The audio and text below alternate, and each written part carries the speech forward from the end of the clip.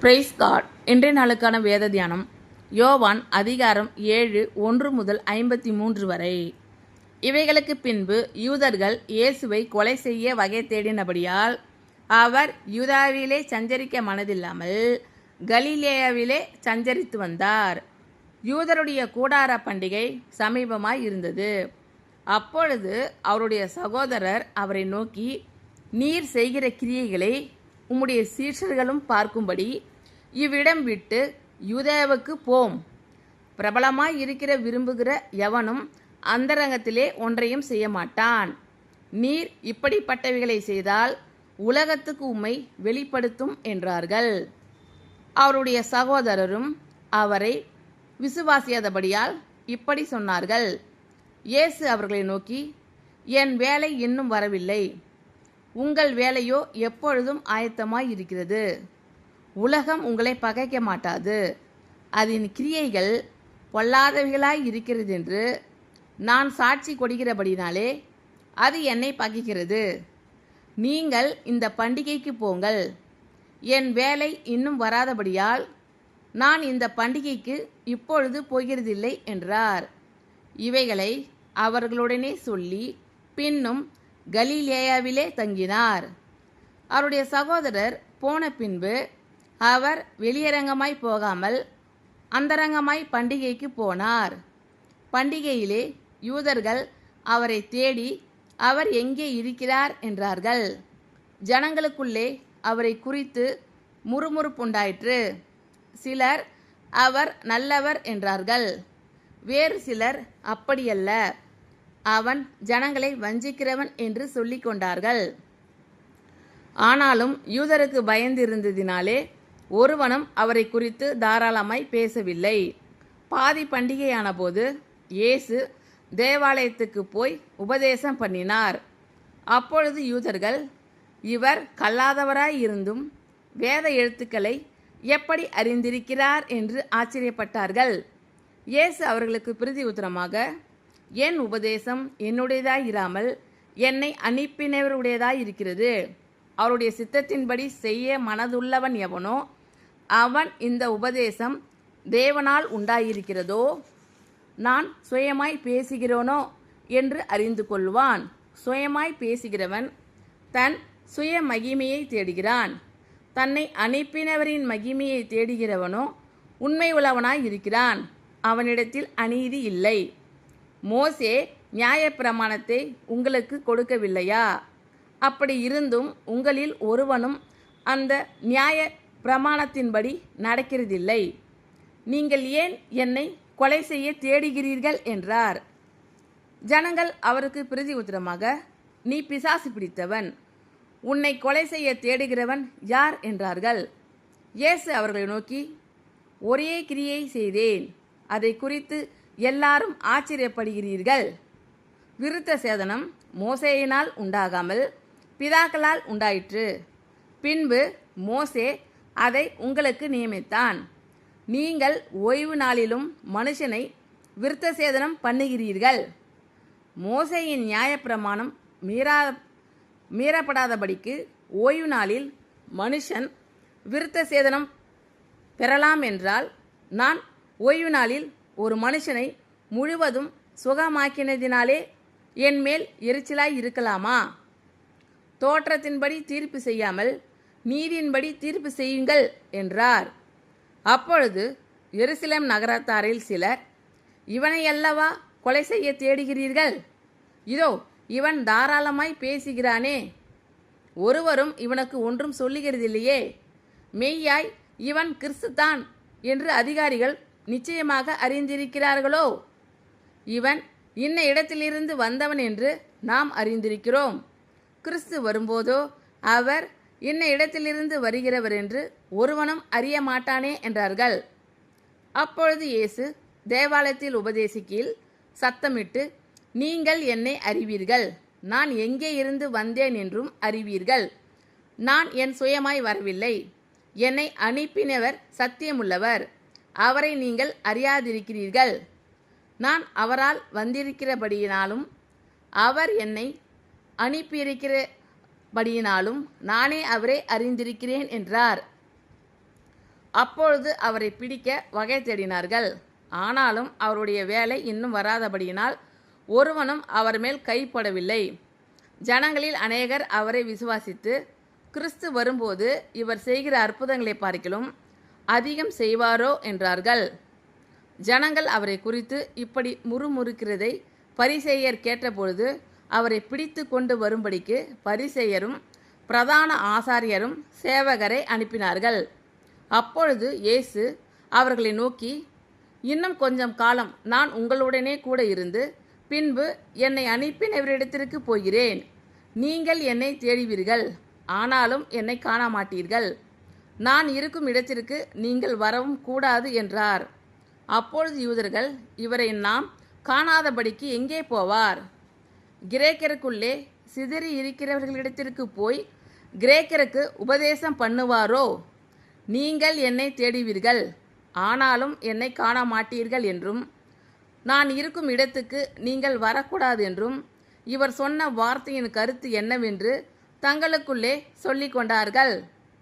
பண்டிகையின் கடைசி நாளாகிய பிரதான நாளிலே இயேசு நின்று சத்தமிட்டு, ஒருவன் தாகமாய் இருந்தால் என்னிடத்தில் வந்து பானம் பண்ண கடவன். வேத வாக்கியம் சொல்லுகிறபடி என்னிடத்தில் விசுவாசமாய் இருக்கிறவன் எவனோ அவன் உள்ளத்திலிருந்து ஜீவ தண்ணீர் உள்ள நதிகள் ஓடும் என்றார். தம்மை விசுவாசிக்கிறவர்கள் அடைய போகிற ஆவியை குறித்து இப்படி சொன்னார். இயேசு இன்னும் மகிமைப்படாதிருந்தபடியினால் பரிசுத்த ஆவி இன்னும் அருளப்படவில்லை. ஜனங்களில் அநேகர் இந்த வசனத்தை கேட்டபொழுது, மெய்யாகவே இவர் தீர்க்கதரிசியானவர் என்றார்கள். வேறு சிலர், இவர் கிறிஸ்து என்றார்கள். வேறு சிலர், கிறிஸ்து கலிலேயாவிலிருந்து வருவார், தாவீதின் சந்ததியிலும் தாவீது இருந்த பெத்லகேம் ஊரிலிருந்து கிறிஸ்து வருவார் என்று வேதவாக்கியம் சொல்லவில்லையா என்றார்கள். இவ்விதமாக அவரை குறித்து ஜனங்களுக்குள்ளே பிரிவினை உண்டாயிற்று. அவர்களில் சிலர் அவரை பிடிக்க மனதாயிருந்தார்கள். ஆகிலும் ஒருவனும் அவர் மேல் கை போடவில்லை.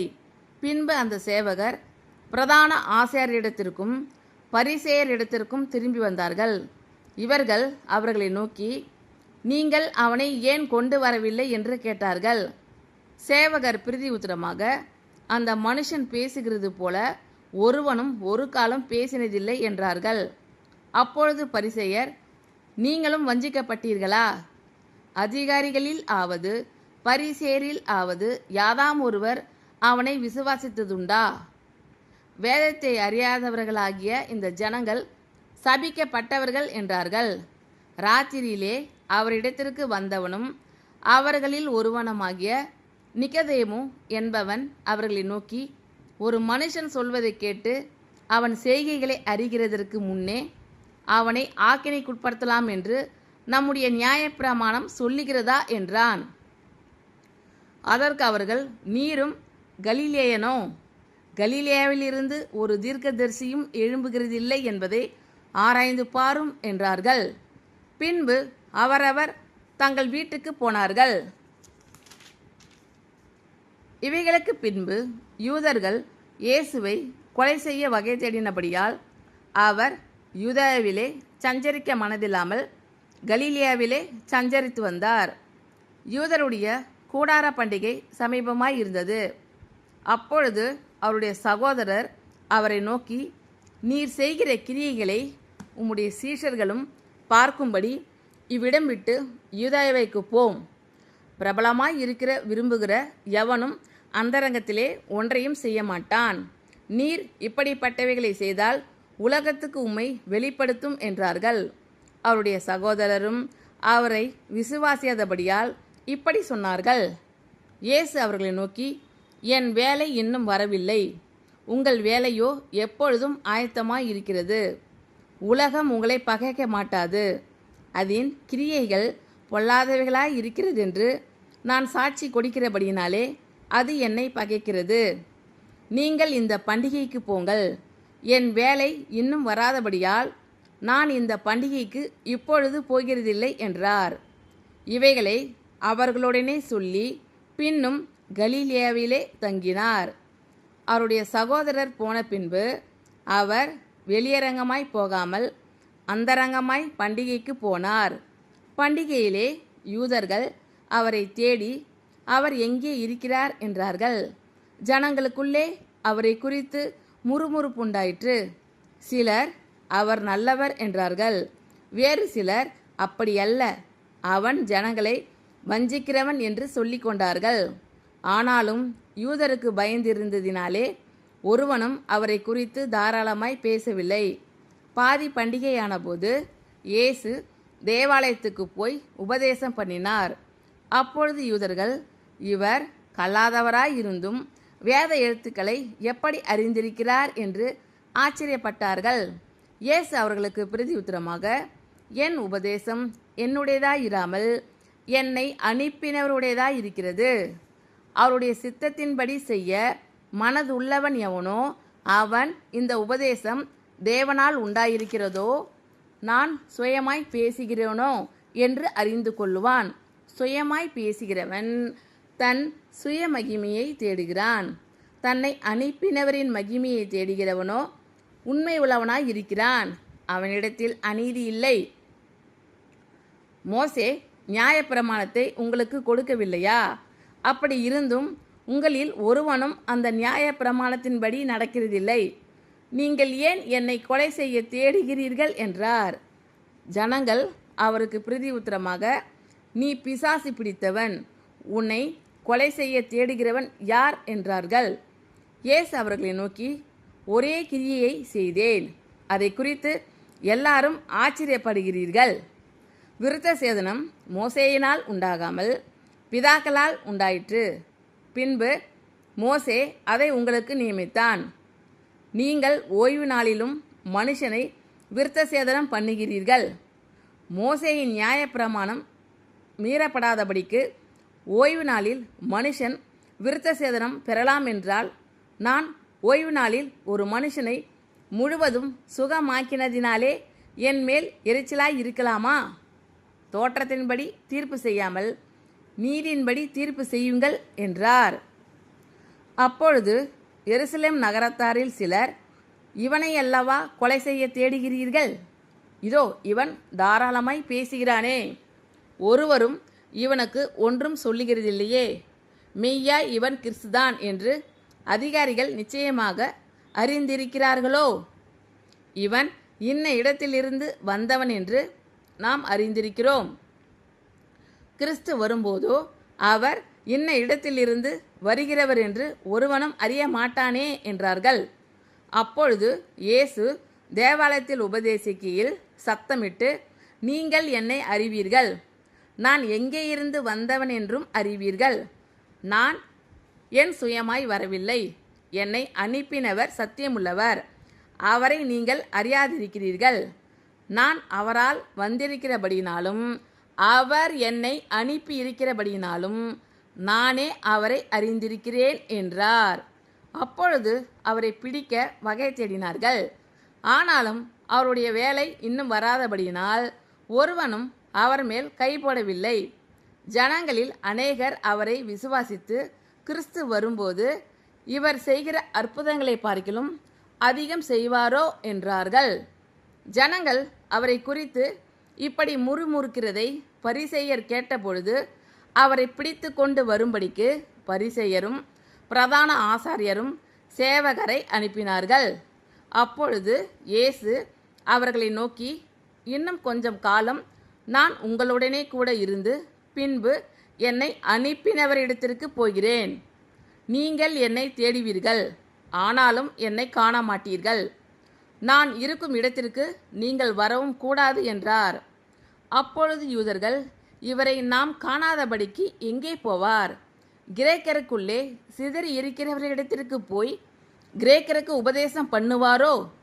நீங்கள் என்னை தேடுவீர்கள், ஆனாலும் என்னை காண மாட்டீர்கள் என்றும், நான் இருக்கும் இடத்துக்கு நீங்கள் வரக்கூடாது என்றும் இவர் சொன்ன வார்த்தையின் கருத்து என்னவென்று தங்களுக்குள்ளே சொல்லிக் கொண்டார்கள். பண்டிகையின் கடைசி நாளாகிய பிரதான நாளிலே இயேசு நின்று சத்தமிட்டு, ஒருவன் தாகமாயிருந்தால் என்னிடத்தில் வந்து பானம் பண்ண கடவன்.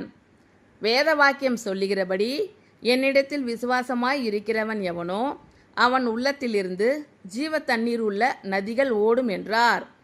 தம்மை விசுவாசிக்கிறவர்கள் அடைய போகிற ஆவியை குறித்து இப்படி சொன்னார். இயேசு இன்னும் மகிமைப்படாதிருந்தபடியினால் பரிசுத்த ஆவி இன்னும் அருளப்படவில்லை. ஜனங்களில் அநேகர் இந்த வசனத்தை கேட்டபொழுது மெய்யாகவே இவர் தீர்க்கதரிசியானவர் என்றார்கள். வேறு சிலர் இவர் கிறிஸ்து என்றார்கள். வேறு சிலர் கிறிஸ்து கலீலியாவில் இருந்தா வருவார், தாவீதின் சந்ததியிலும் தாவீது இருந்த பெத்லகேம் ஊரிலிருந்து கிறிஸ்து வருவார் என்று வேத வாக்கியம் சொல்லவில்லையா என்றார்கள். இவ்விதமாக அவரை குறித்து ஜனங்களுக்குள்ளே பிரிவினை உண்டாயிற்று. அவர்களில் சிலர் அவரை பிடிக்க மனதாயிருந்தார்கள். ஆகிலும் ஒருவனும் அவர் மேல் கை போடவில்லை. பின்பு அந்த சேவகர் பிரதான ஆசாரியரிடத்திற்கும் பரிசேயரிடத்திற்கும் திரும்பி வந்தார்கள். இவர்கள் அவர்களை நோக்கி, நீங்கள் அவனை ஏன் கொண்டு வரவில்லை என்று கேட்டார்கள். சேவகர் பிரதி உத்தரமாக, அந்த மனுஷன் பேசுகிறது போல ஒருவனும் ஒரு காலம் பேசினதில்லை என்றார்கள். அப்பொழுது பரிசேயர், நீங்களும் வஞ்சிக்கப்பட்டீர்களா? அதிகாரிகளில் ஆவது பரிசேரில் ஆவது யாதாம் ஒருவர் அவனை விசுவாசித்ததுண்டா? வேதத்தை அறியாதவர்களாகிய இந்த ஜனங்கள் சபிக்கப்பட்டவர்கள் என்றார்கள். ராத்திரியிலே அவரிடத்திற்கு வந்தவனும் அவர்களில் ஒருவனுமாகிய நிக்கதேமு என்பவன் அவர்களை நோக்கி, ஒரு மனுஷன் சொல்வதை கேட்டு அவன் செய்கைகளை அறிகிறதற்கு முன்னே அவனை ஆக்கினைக்குட்படுத்தலாம் என்று நம்முடைய நியாய பிரமாணம் சொல்லுகிறதா என்றான். அதற்கு அவர்கள், நீரும் கலிலேயனோ? கலிலேயாவிலிருந்து ஒரு தீர்க்கதரிசியும் எழும்புகிறதில்லை என்பதை ஆராய்ந்து பாரும் என்றார்கள். பின்பு அவரவர் தங்கள் தங்கள் வீட்டுக்கு போனார்கள். ஆமென். Thank you Lord. கர்த்தர் உங்கள் அனைவரையும் ஆசீர்வதிப்பாராக. God bless you all.